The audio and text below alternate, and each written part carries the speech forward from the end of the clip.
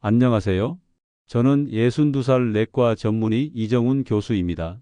오늘은 어르신들께 꼭 알려드리고 싶은 이야기를 전하려 합니다. 많은 분들이 건강을 위해 걷기나 러닝, 등산을 선택하시지요. 그런데 이보다도 훨씬 더 강력하고 심지어 30배 이상 효과적이라고 알려진 방법이 있습니다. 이 방법을 꾸준히 실천하면 살이 잘 찌는 체질을 가진 분들도 완전히 다른 몸으로 바뀔 수 있습니다. 뿐만 아니라 혈당과 혈압이 안정되고 만성 염증까지 줄어드는 기적 같은 결과가 따라옵니다.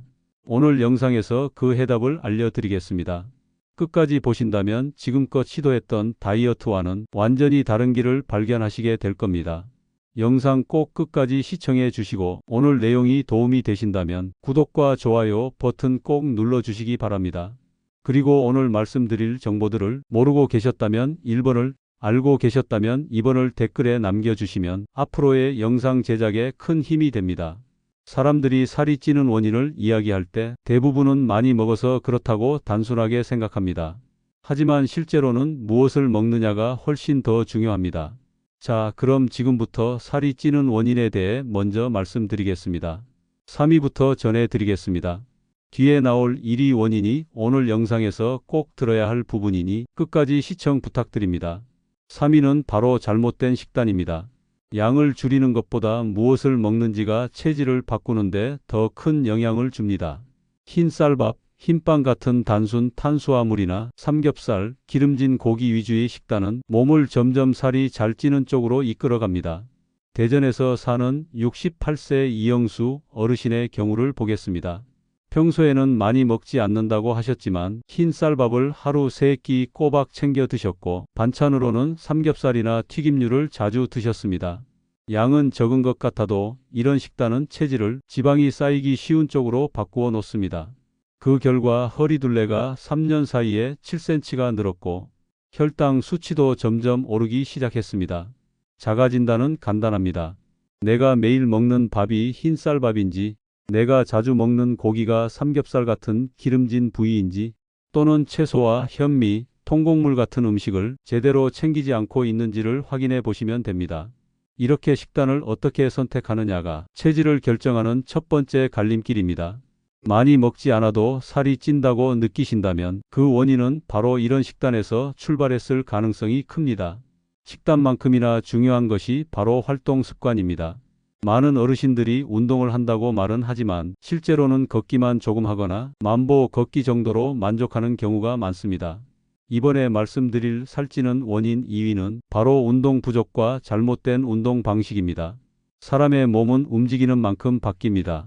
매일 걷는 정도의 활동만으로는 몸이 에너지를 쓰는 체질로 바뀌기 어렵습니다. 그저 생활을 유지하는 수준일 뿐 체질 자체를 개선하는 데는 한계가 있습니다. 부산에 사는 63세 최병호 어르신은 매일 아파트 단지에서 만보를 채웠습니다. 하지만 체중은 줄지 않았고 오히려 무릎 통증이 심해졌습니다. 검진을 해보니 혈압과 혈당 수치도 그대로 유지되거나 오히려 악화된 결과가 나왔습니다. 걷기만으로는 살이 덜 찌는 체질로 바꾸기 어렵다는 것을 몸소 겪으신 사례입니다. 자가 진단 방법은 간단합니다. 일주일 동안 내가 실제로 한 운동 시간을 떠올려 보십시오. 150분 이상 땀이 날 정도로 움직였는지 또는 유산소와 근력 운동을 고르게 했는지 확인하면 됩니다. 만약 그저 하루에 잠깐 걷는 것으로 만족하고 있다면 이미 운동 부족 상태라고 볼 수 있습니다. 운동은 단순히 칼로리를 태우는 행위가 아닙니다. 꾸준히 활동을 해줘야 몸이 에너지를 저장하지 않고 즉시 쓰는 방향으로 바뀌게 됩니다. 이 과정이 반복되면 결국 체질이 달라지고 지방이 쌓이지 않는 몸으로 바뀌게 되는 것입니다. 지금부터 말씀드릴 1위 습관은 오늘 영상에서 가장 중요하고 어르신들 건강을 바꿀 수 있는 핵심입니다.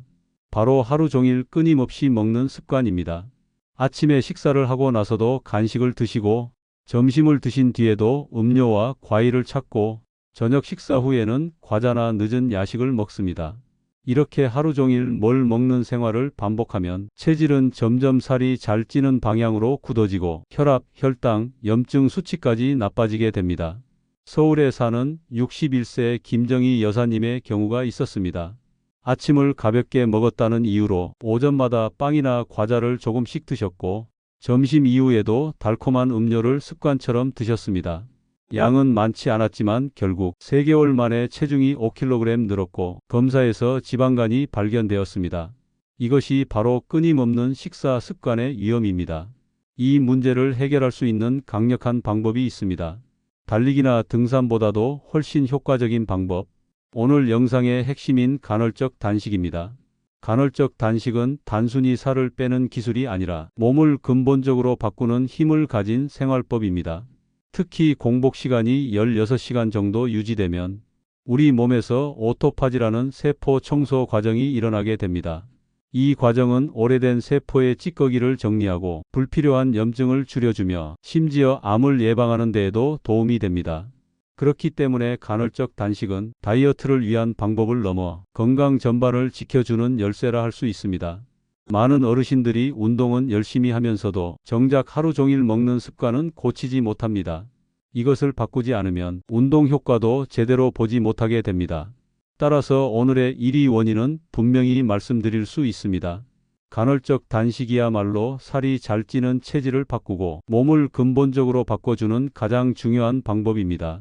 살이 잘 찌는 체질을 근본적으로 바꾸고 싶다면 지금부터 말씀드릴 생활법을 실천하셔야 합니다. 바로 간헐적 단식을 올바르게 실천하는 방법입니다. 간헐적 단식은 하루 전체에서 일정 시간을 공복으로 두는 방법입니다. 가장 흔히 권장되는 방식은 16시간 공복과 8시간 식사입니다. 하지만 처음부터 16시간을 시도하면 대부분 며칠도 못 버티고 포기하게 됩니다. 따라서 처음에는 12시간 공복부터 시작하는 것이 좋습니다. 예를 들어 저녁을 7시에 드셨다면 그 다음날 아침 7시까지는 아무것도 드시지 않는 것입니다. 이렇게 하면 이미 12시간 단식이 된 것입니다. 여기서 조금 더 익숙해지면 저녁 식사를 6시로 당기고 다음날 아침 식사를 10시로 미루면 16시간 공복이 자연스럽게 완성됩니다. 이처럼 생활에 무리가 가지 않게 조금씩 늘려가는 것이 중요합니다. 공복 시간에는 반드시 물이나 맑은 차만 드셔야 합니다. 간단한 과일, 견과류, 음료수조차도 공복 상태를 깨뜨리기 때문에 피해야 합니다. 어르신들께서 흔히 하는 실수 중 하나가 블랙커피 대신 설탕이 들어간 믹스커피를 마시는 것입니다. 이렇게 되면 공복 효과가 사라집니다. 따라서 커피를 드실 때는 꼭 블랙으로 드셔야 합니다. 그리고 식사 시간에는 폭식을 조심해야 합니다. 오랜 공복 끝에 허기를 참지 못하고 한 번에 과식을 하게 되면 간헐적 단식의 효과가 모두 사라집니다. 따라서 식사할 때는 단백질, 채소, 통곡물 위주의 균형 잡힌 식단을 유지하는 것이 필수입니다. 그릭 요거트나 현미밥, 신선한 채소와 단백질을 곁들이는 것이 체중 감량뿐 아니라 장 건강에도 큰 도움이 됩니다.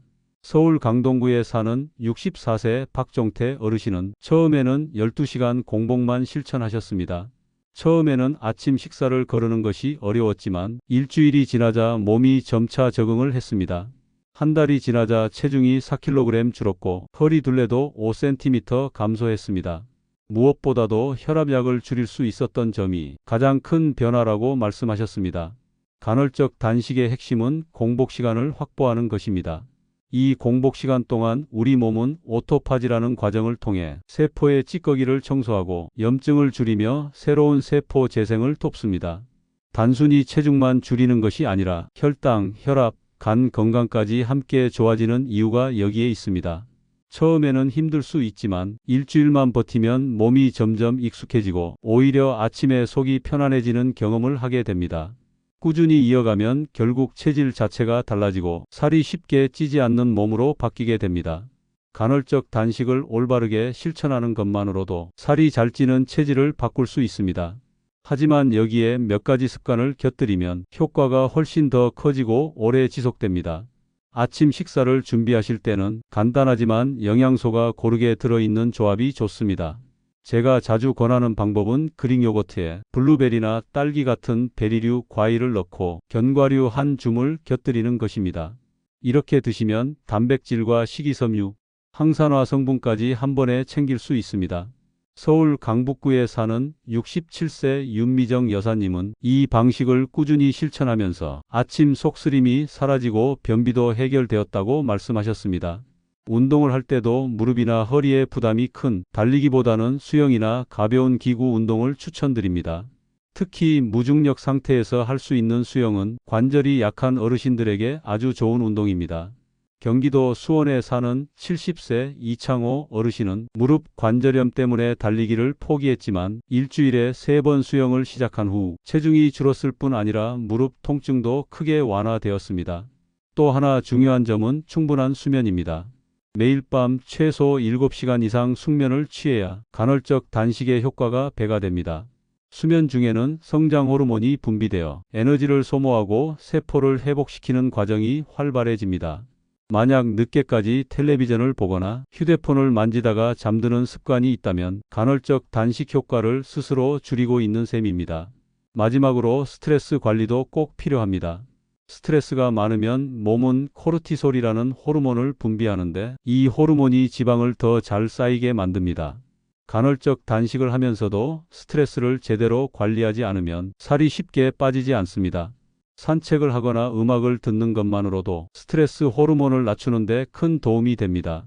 이처럼 아침 식단, 관절에 무리 없는 운동, 충분한 수면과 스트레스 관리까지 함께 한다면 간헐적 단식의 효과는 몇 배로 커지고 몸은 더욱 건강하게 변화될 것입니다.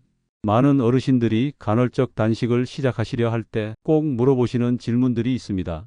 그중 가장 많이 받는 2가지를 정리해서 말씀드리겠습니다. 첫 번째로 70세 이상 고령의 어르신도 간헐적 단식을 해도 괜찮냐고 묻습니다. 정답은 상황에 따라 다릅니다. 70세를 넘어서는 어르신들 중에는 기저질환이 있거나 영양 상태가 약한 경우가 많습니다. 이런 분들이 무리하게 공복 시간을 늘리면 어지럼증이나 피로가 심해질 수 있습니다. 따라서 이 연령대에서는 간헐적 단식보다는 규칙적으로 소식을 하는 것이 더 안전합니다. 저녁 늦은 시간만 피하고 세 끼를 조금씩 나누어 드시는 것만으로도 건강에는 충분히 도움이 됩니다. 두 번째 질문은 공복 시간에 커피를 마셔도 되는지입니다. 많은 분들이 블랙커피라면 괜찮지 않을까 궁금해 하시지요. 결론부터 말씀드리면 설탕이나 프림이 들어간 믹스커피는 절대 안 됩니다. 하지만 아무것도 첨가하지 않은 블랙커피는 가능합니다. 실제로 블랙커피는 카페인이 지방 분해를 도와 공복 유지에 도움이 되기도 합니다. 단, 위가 약하신 분들은 공복에 커피를 마셨을 때 속쓰림이나 불편함이 생길 수 있으니 그럴 경우에는 따뜻한 물이나 차로 대체하는 것이 좋습니다. 이 2가지 질문 외에도 궁금한 점은 많으실 테지만 핵심은 간헐적 단식을 무리하지 않고 자신의 몸 상태에 맞게 꾸준히 실천하는 것입니다. 오늘 제가 말씀드린 간헐적 단식은 단순히 살을 빼는 방법이 아니라 몸의 체질을 근본적으로 바꿀 수 있는 열쇠입니다. 많은 어르신들이 평생 나는 살이 잘 찌는 체질이라 어쩔 수 없다라고 포기하며 지내시지만 실제로는 생활 습관 하나로 충분히 바뀔 수 있다는 사실을 꼭 기억해 주시기 바랍니다. 혹시 지금도 나는 할 수 있을까 걱정하는 분이 계실 겁니다. 처음 시작할 때는 누구나 힘들고 어렵습니다. 하지만 일주일만 버텨보십시오. 몸은 금세 새로운 리듬에 적응하고 아침에 일어났을 때 머리가 맑아지고 소화가 편안해지는 변화를 느끼실 겁니다. 그때부터는 오히려 이 생활법을 꾸준히 이어가고 싶다는 생각이 들 것입니다. 건강을 지키는 길은 멀리 있지 않습니다. 여러분이 스스로 선택하는 오늘의 한 걸음이 내일의 몸과 마음을 바꿉니다. 저는 여러분이 이 방법으로 더 건강하고 활기찬 내일을 맞이하시기를 진심으로 응원합니다. 댓글에 나는 오늘부터 한 가지라도 실천해 보겠다라고 남겨주세요. 여러분의 댓글 한마디가 누군가에게는 자극이 되고 도전할 힘이 될 수 있습니다. 마지막까지 시청해 주셔서 감사합니다.